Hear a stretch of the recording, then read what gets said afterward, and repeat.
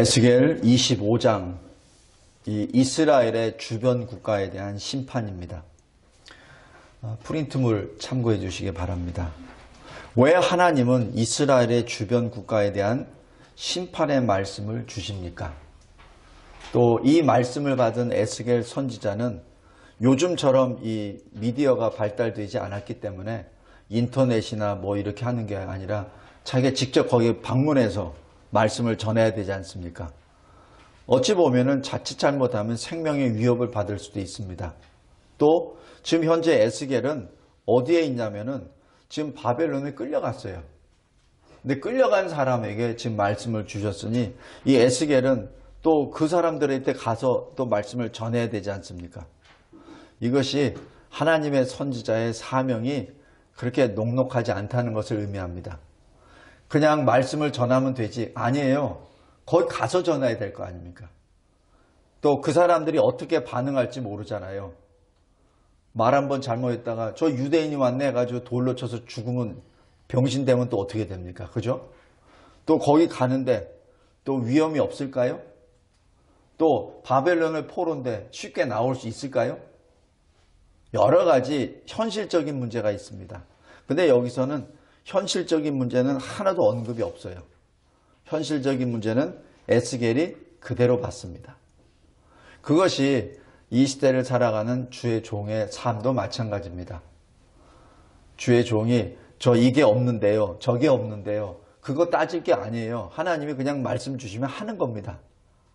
거기에 따르는 것은 그 사람이 하나님과 풀어야 될 문제입니다. 그걸 가지고 주저리 얘기할 게 아니란 얘기예요. 그래서 사도행전에서도 사도 바울이 바나바와 같이 1차 선교획을 마치고 난 다음에 안디옥 교회에서 선교 보고할 때 내가 어디 가서 돌에 맞아서 내가 죽었다가 살아났습니다. 그런 얘기 안 합니다.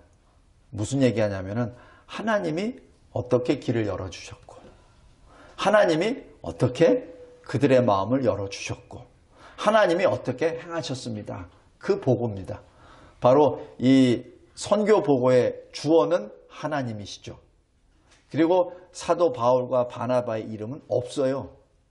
마찬가지입니다. 이 시대를 사는 모든 이 주의 종들도 마찬가지입니다. 자기 이름은 없어요. 주어는 하나님이고 그리고 내 이름은 없어요. 우리 요한복음 할 때 잘 기억해 보십시오.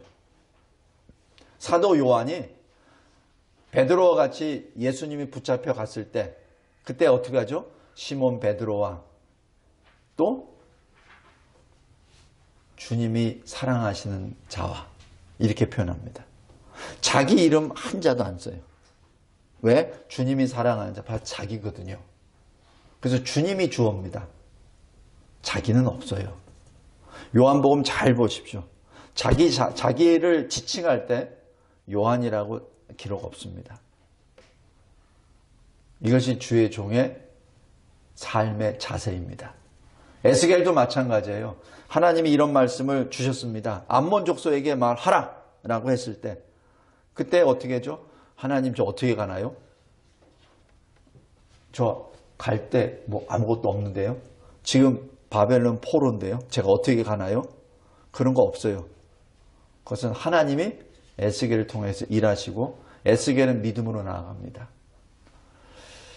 자, 그런데 여기 본문에서 주시는 주제, 질문입니다.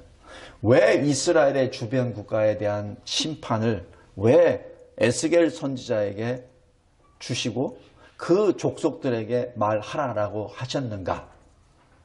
그것이 오늘 25장의 전체 주제입니다.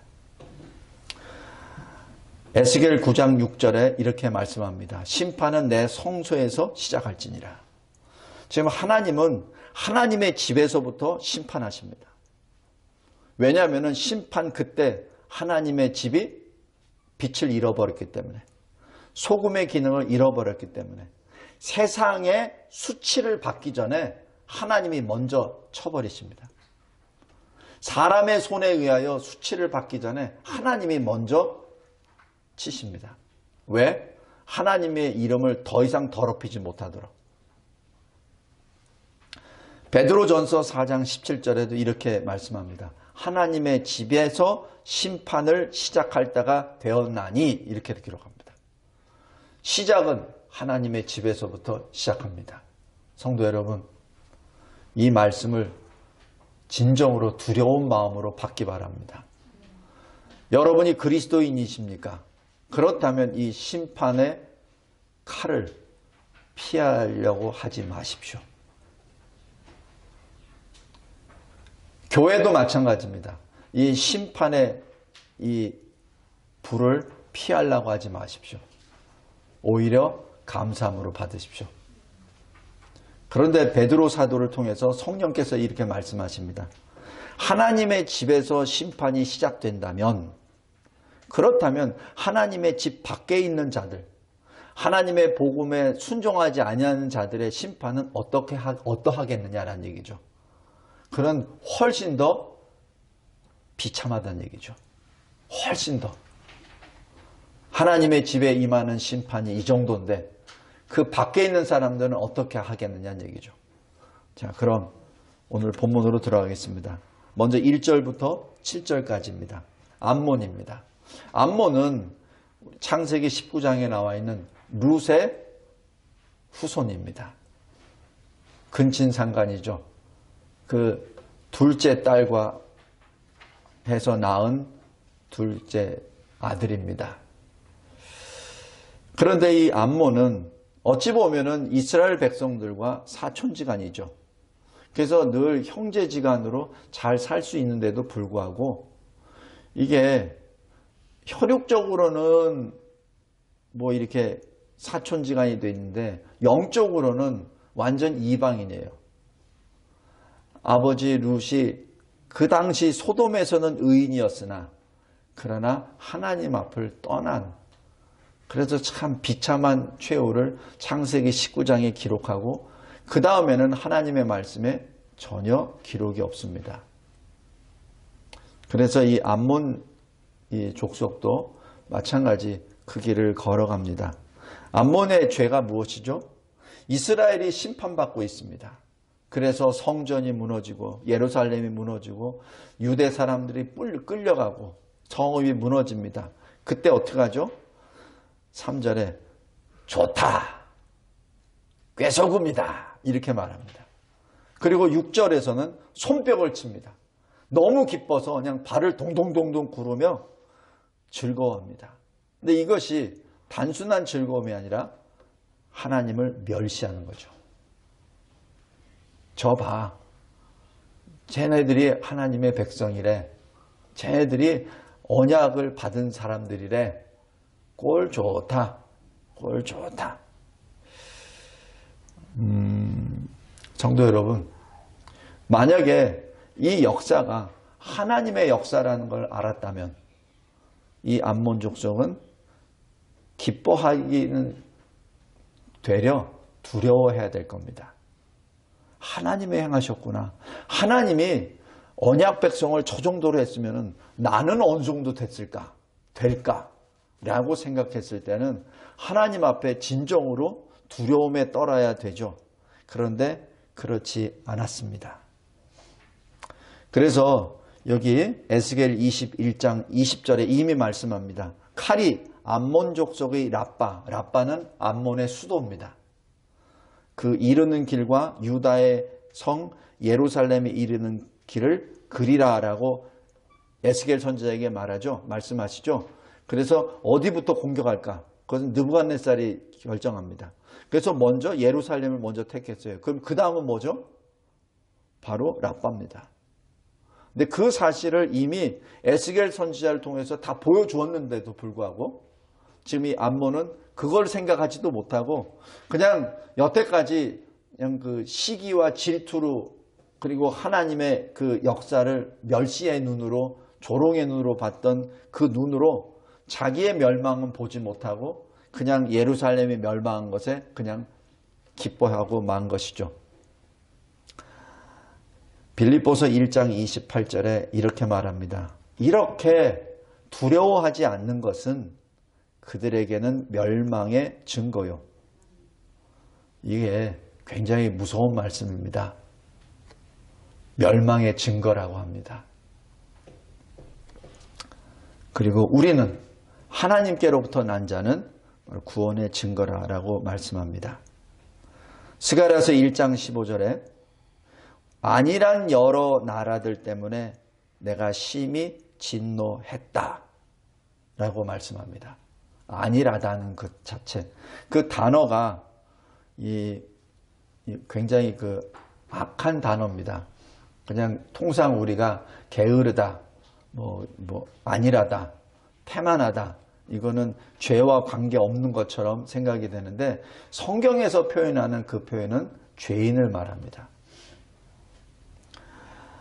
여기에 대한 하나님의 심판이 어떻게 되죠? 예루살렘 멸망 5년 후 암몬이 멸망합니다. 21장 28절에 이미 말씀하셨어요. 칼이 뽑히도다, 칼이 뽑히도다, 번개같이 빛나도다 라고 하여 그들이 어떻게 멸망할지를 이미 말씀해 주십니다. 또 오늘 본문 4절 5절에 내가 너를 동방사람에게 기업으로 넘겨주겠다. 이거는 동방사람이 누굽니까? 동쪽에 있는, 북동쪽에 있는 바벨론에 지금 넘겨주겠다는 말씀입니다. 그리고 너희 가운데 그 동방사람이 진을 치고 거처를 베풀고 너의 열매를 먹고 네가 뺏자는 그 모든 우유를 내가 마실 것이다. 그리고 네가 자랑하던 그 랍바, 그 수도가 황폐화가 되어서 짐승의 터가 될 것이다 라고 기록합니다. 그리고 7절에 다른 민족에게 넘겨져 노략당하리라. 이것이 예레미야 49장 2절에 바벨론에 멸망한다고 구체적으로 설명합니다. 그리고 7절에 여러 나라 가운데서 패망하게 하여 멸하리니. 그래서 이 바벨론 이후에 아랍 족속의 목축 장소가 되어버립니다. 그래서 이 암몬은 더 이상 지구상에 존재하지 않습니다. 두 번째, 8절에서 11절 모압에 대한 심판입니다. 이 모압은 룻의 첫째 딸과 관계를 해서 낳은 아들이죠. 둘째입니다. 자, 이 모압의 죄는 이 암몬과 같습니다. 특별히 이스라엘이 배도할 때 어떻게 했죠? 이스라엘이 신앙을 버리고 모든 이방과 같이 되기를 바랍니다. 이것이 우리가 이 적과 아군을 구별하는 선입니다. 내가 혹시 실족할 수가 있어요. 근데 나의 참 친구는 내가 실족할 때 내가 듣기 싫은 말을 해줍니다. 내가 듣지 않으려고 귀를 막을 때 내 뺨을 때려서라도 말을 듣게 해요. 그게 친구입니다. 근데 적은 어떻게 되는 줄 아세요? 내가 실족하게 됐는데 그래, 나 충분히 이해해. 충분히 이해해. 맞아. 지금 코로나 시대인데 어떻게 예배를 드려. 충분히 내 이해해. 충분히 당신 사정 다 이해해. 그럼. 그래야지. 내가 당신 아픈 거 다 알아. 그래. 충분히 이해해. 그러면서 찾아 하나님을 멀리 떼놓게 되죠. 바로 이게 모압입니다. 이스라엘이 배도할 때, 이스라엘이 우상 앞으로 나아갈 때 그것을 바랍니다. 어떻게? 다른 이방 사람들과 똑같이 되기를 기대합니다. 또 이스라엘의 재앙 앞에, 심판 앞에 어떻게 해야 되죠? 이렇게 평가합니다. 이제 그 하나님이 더 이상 저 유다 구원하시지 않을 거야.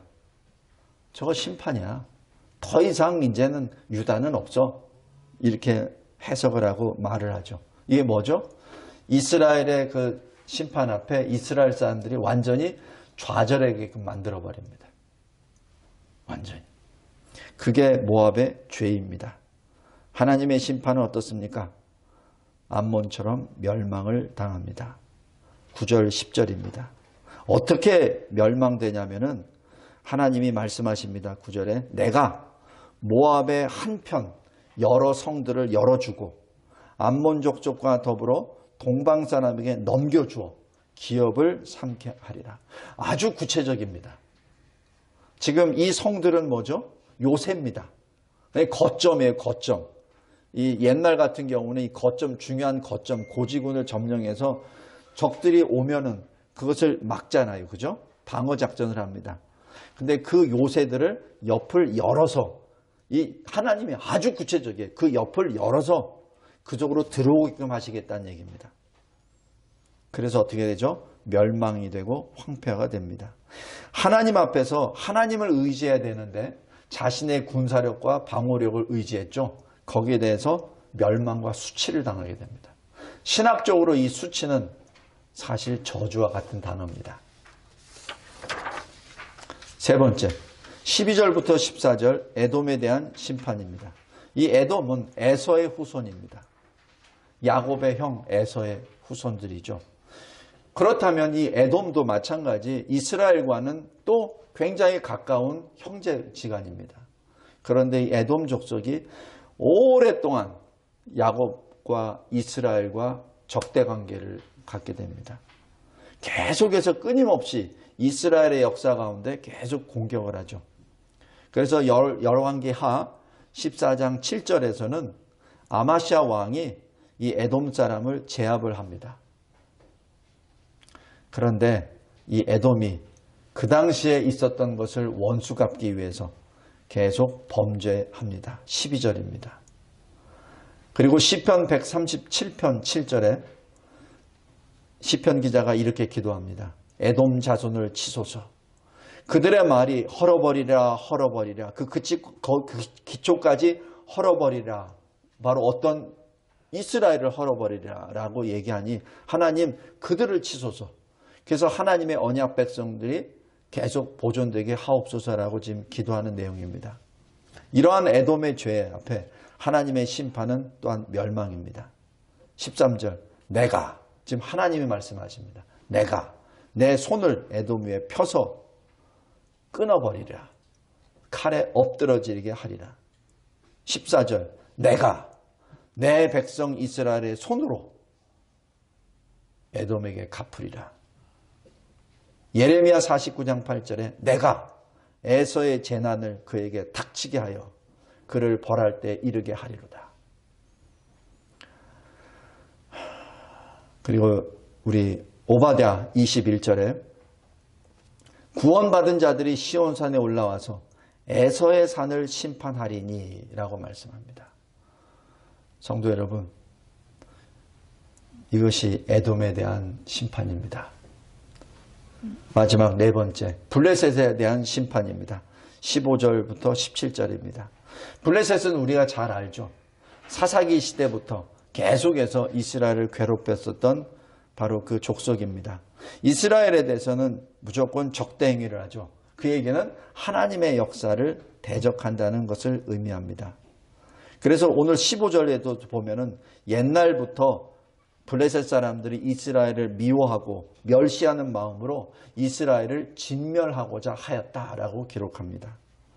그것이 블레셋의 죄입니다. 바로 하나님의 백성을 대적한다는 것은 하나님을 대적한다는 얘기죠. 사도 바울이 사울이었을 때 다메섹 도상으로 이 다메섹에 있는 교회를 잔멸하려고 갔을 때 그때 예수님이 하신 말씀, 사울아 사울아 어찌하여 나를 핍박하느냐. 바로 교회는 주님의 몸이시죠. 그래서 지금 이 교회를 하나님의 백성을 박해한다는 것은 하나님을 대적하는 것과 동일합니다. 이에 대하여 하나님의 심판이 어떻습니까? 갈대아군의 공격으로 다시 멸망하고 황폐화됩니다. 그것이 16절 17절입니다. 그런데 하나님은 이렇게 말씀하십니다. 내가 블레셋 사람 위에 손을 펴서 끊으며 진멸하여 이렇게 말씀합니다. 성도 여러분, 지금 이 이방 족속들에 대한 심판의 마지막 부분은 어떻게 되죠? 그들이 내가 여호와인 줄 알리라. 여호와인 줄 알리라. 그들이 지금은 모를 거야. 근데 심판받고 멸망되고 황폐화됐을 때 이것은 자연 현상이 아니구나. 이거는 하나님의 심판이었구나라는 것을 그제야 알 거야. 라고 이 결론을 맺습니다. 마지막으로 결론 부분 말씀드리겠습니다. 왜 하나님은 이방 족속들의 심판까지도 이렇게 말씀하십니까? 그것은 결론의 나입니다. 하나님은 아무도 멸망하지 아니하고 다 회개하기에 이르기를 원하십니다. 베드로후서 3장 8절입니다. 또 이 에스겔 18장 32절에 죽을 자가 죽는 것도 내가 기뻐하지 아니하노니 스스로 돌이키고 살지니라. 다시 얘기해서 이방 족속도 하나님께 돌아오라는 말씀이죠. 그래서 하나님께서 말씀하십니다. 너희들이 멸망당하고야 내가 여호와인 줄 알 거야. 그럼 어떻게 되죠? 살아남은 자는 돌아오겠죠. 마치 누구와 같이? 모압 여인 룻, 가나안 여인 라합.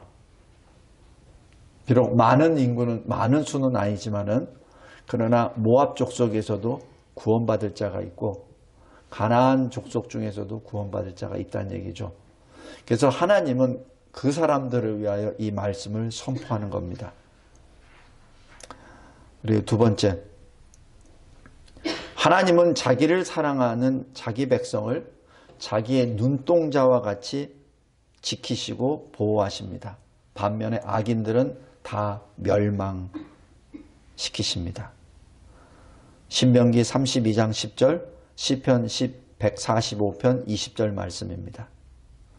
하나님께서는 악을 행하는 자들에게는 하나님의 얼굴을 향하사 그의 모든 발자취, 그들이 행하는 모든 것들을 땅에서 끊어버리십니다. 시편 34편 16절입니다. 베드로후서 2장 9절에 이렇게 말씀합니다.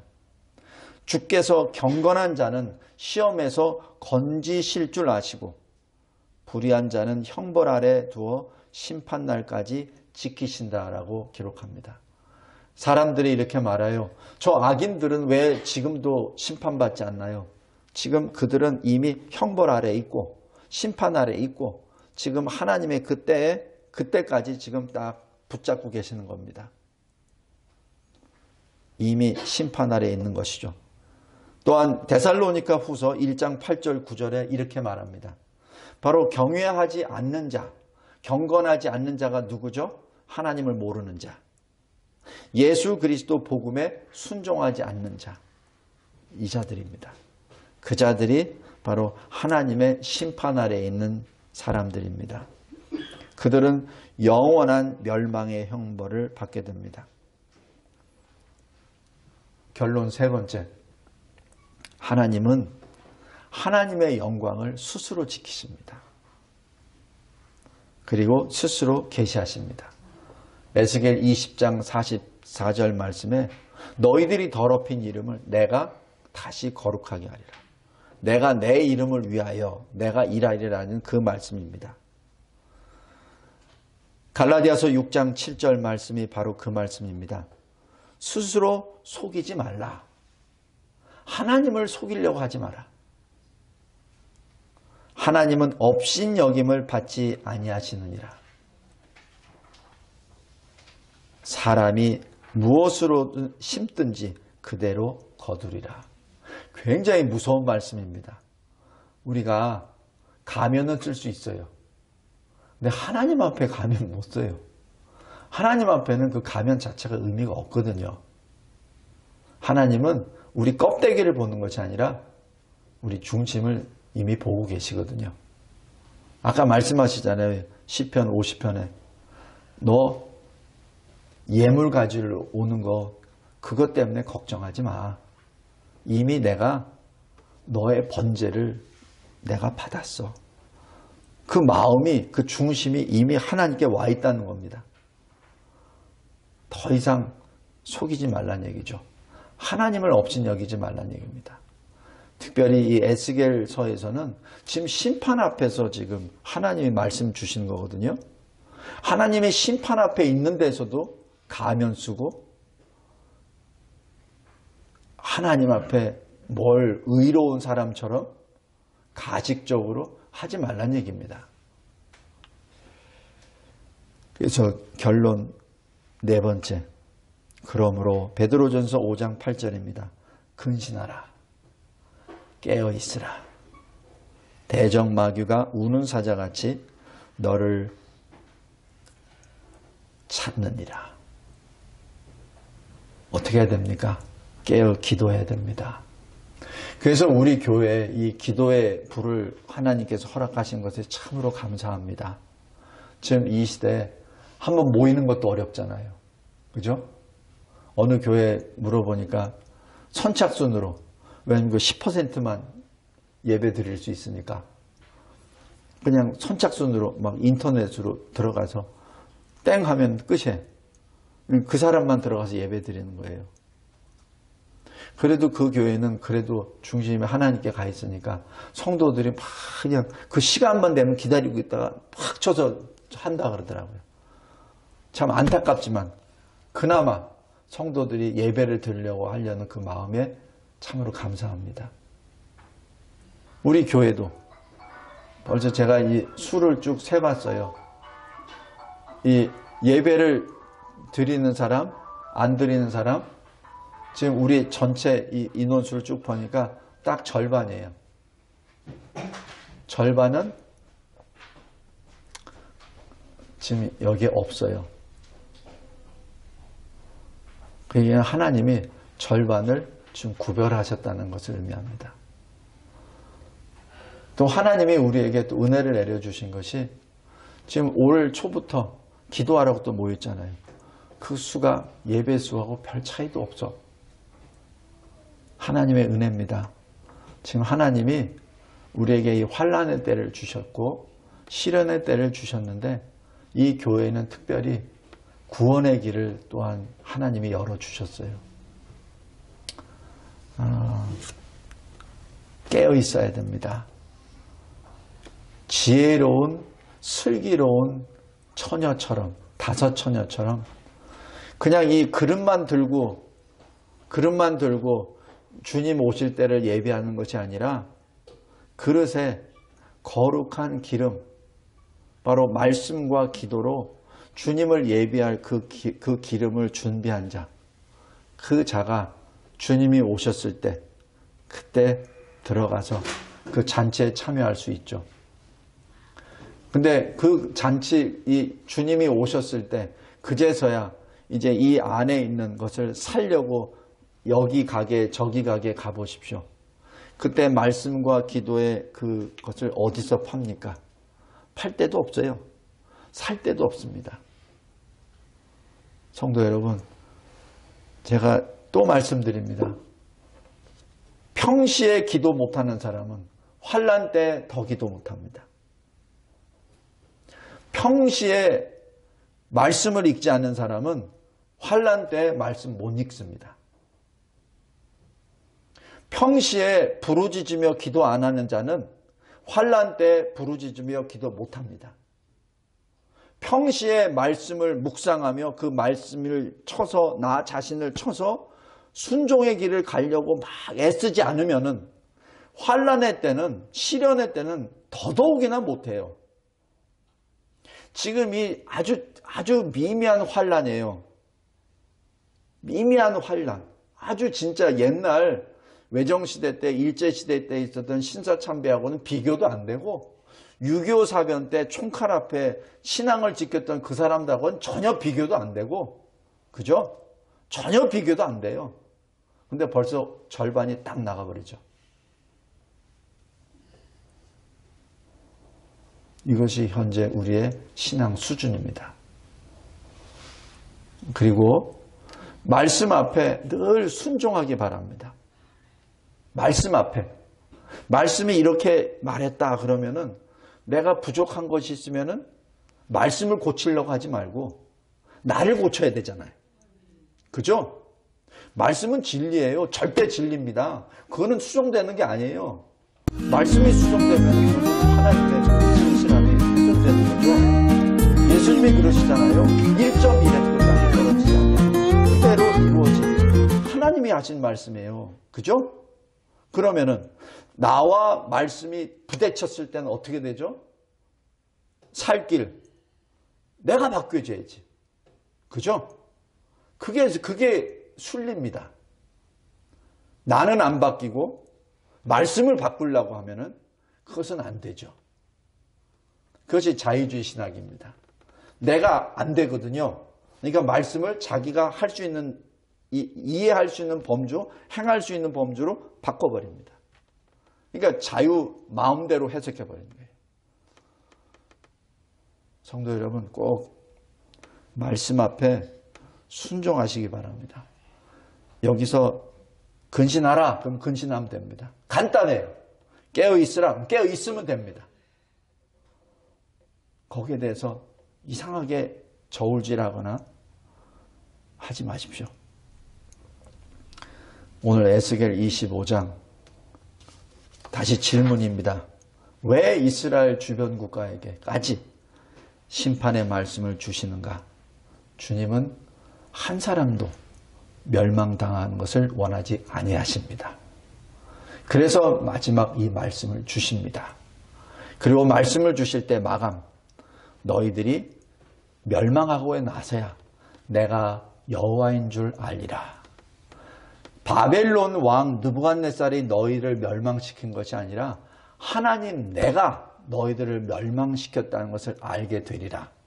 자연현상이 아니라 하나님의 심판이라는 것을 너희가 알게 되리라. 그 결과 어떻게? 회개하라는 얘기입니다. 회개하라. 네가 암몬이냐 에돔이냐 모압이냐 블레셋이냐 그 족속을 다 무시하고 회개하라. 내가 받아주리라. 성도 여러분, 이분이 우리의 하나님이십니다. 이 시대, 이 마지막 때 자꾸자꾸 말씀 가지고 장난치는 그러한 사람들의 거짓 지도자에 의해서 영혼을 팔지 말기 바랍니다. 끝까지 말씀에 붙어 있기 바랍니다. 그래서 주님이 우리에게 말씀하신 것, 요한계시록 3장에 있는 그 말씀, 우리 교회에 주신 그 말씀, 이 2021년에 네가 가진 것, 네가 이미 가진 것, 그 믿음을 빼앗기지 않도록 하라. 빼앗기지 않도록 하라. 내가 너를 위하여 면류관을 준비하리니 네가 이기면 내가 너를 성전의 기둥으로 삼으리라. 그리고 하나님 아버지 이름과 새 예루살렘 성의 이름과 내 이름을 너 위에 기록하리라. 우리 성도 여러분 승리하시기 바랍니다. 그저 남의 얘기라고 생각하지 마십시오. 아, 이거는 암몬이 거니까 나하고는 상관없어. 그게 아닙니다. 그게 아닙니다. 우리 겁니다. 나에 관한 내용입니다. 내 인생에 대한 얘기입니다. 기도하겠습니다. 하나님 아버지 감사하고 감사합니다. 하나님이 이 에스겔 25장을 통하여 이 시대를 바라보고 우리가 영의 눈이 열리게 하여 주심에 감사합니다. 코로나가 자연현상이 아니요 하나님의 심판의 모습이라는 것을 영의 눈으로 보게 하여 주옵소서. 말씀을 통하여 내가 영으로 깨어있게 하여 주시고 주님이 다시 오시는 그 마지막 그날, 예수 그리스도의 그 큰 날, 그날을 예비하는 슬기로운 다섯 처녀가 되게 하옵소서. 말씀과 기도로 늘 주님이 오실 그날을, 그 때를 소망하며 그때 주님과 함께 영원한 잔치에 들어가는 거룩한 신부가 되게 하옵소서. 아버지 하나님 감사합니다. 감사합니다. 우리가 마음속에 늘 간직하고 있는 우리 혈육에 대한 전도, 내 배우자에 대한 전도, 내 자식에 대한 전도, 내 부모에 대한 전도, 내 사랑하는 친구 또 지인들에 대한 전도, 참으로 이 시대는 전도하기가 참 어렵습니다. 길거리에 나아가서 전도할 수가 없는 시대입니다. 그러니 아는 사람들을 전도하여 그들에게 복음을 듣고 회개하는 자 되게 하옵소서. 하나님을 아는 자들이 되게 하옵소서. 그래야 영벌에 처하는 그러한 고통이나 수치나 멸망의 자리에 앉지 않도록 주님이 인도하여 주옵소서. 감사합니다, 주님. 예수 그리스도의 이름으로 기도드리옵나이다. 아멘.